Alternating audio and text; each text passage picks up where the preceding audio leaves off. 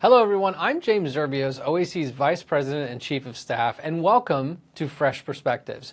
We are here today to talk with Joe Nadglowski, CEO and President of the Obesity Action Coalition, to discuss an important issue affecting people with obesity and what OAC is doing to raise awareness and lead toward change. But first, we ask that you like this video and subscribe to our channel to show your support so we can continue bringing you this free content.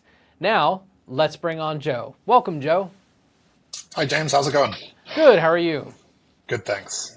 You know, Joe, you recently spent some time at the Food and Drug Administration, the FDA, meeting with them and advocating on behalf of all members of OAC. Could you tell us a bit more about that?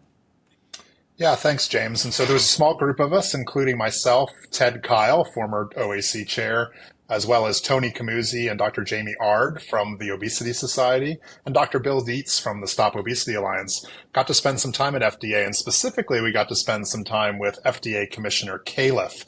Dr. Califf runs the Food and Drug Administration. He had lots of his senior staff there, and we got to talk about a couple important issues.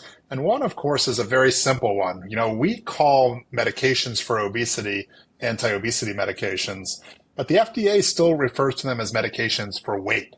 And right, we really want them to shift that language because we think some of the misuse and some of the stories you've been seeing in the media lately are all about weight loss instead of actually a serious treatment for obesity. And so we want to talk to them about that, as well as raising another really important issue.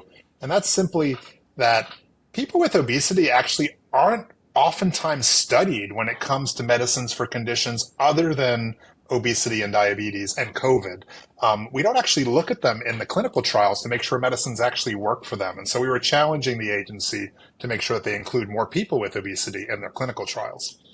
You know, Joe, I'm sure the FDA is no stranger to requests. How did the agency respond to your requests? Well, Dr. Califf speaks highly knowledgeably about obesity, and it was a great conversation, one that ran the gamut. We talked about medicines, we talked about food, we talked about nutritional supplements, we talked about lack of systems of care for people with obesity. And so you could tell he really understood and knew the issue. The agency itself, of course, plays the, what they're planning on doing very close to the vest. But I am happy to report that after the meeting, we saw a public announcement that the FDA is going to look at their guidelines for, what we call anti-obesity drugs, what they call weight management medications. You know, Joe, let's jump to the issue of the lack of testing of medicines in people with obesity for drugs outside of diabetes, obesity, and COVID. Why do you think people with obesity are not being included in this testing? Yeah, it's a really complicated issue.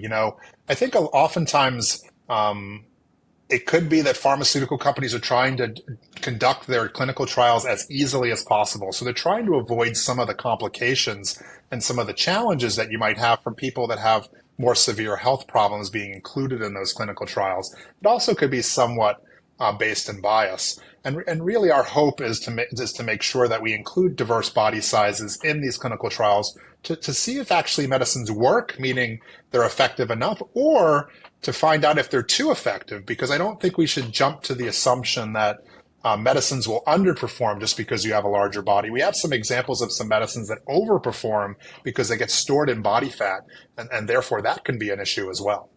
You know, Joe, from your explanation, this sounds like it's a potentially harmful exclusion. What is OAC doing to help right this wrong?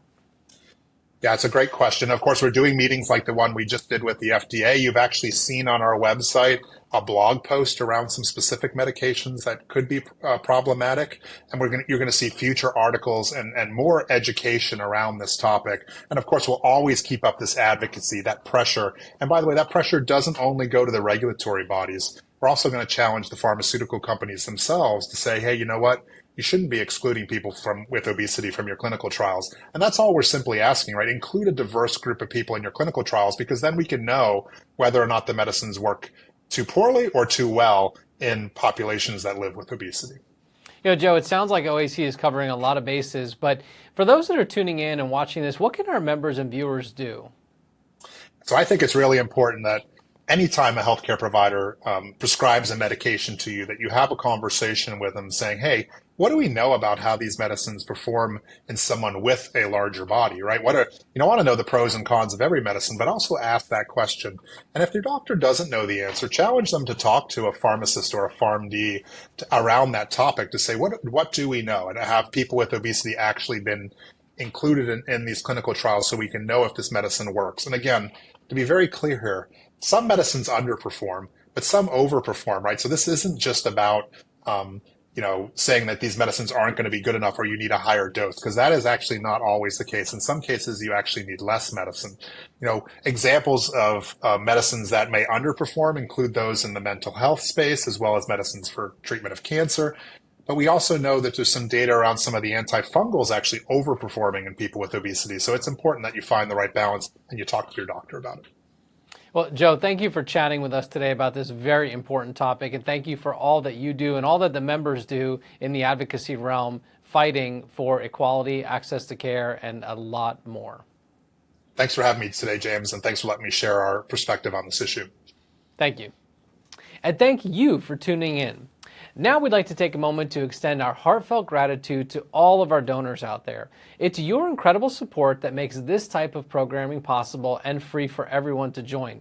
Thanks to you, we can continue bringing science-based education and thought-provoking discussions to individuals worldwide.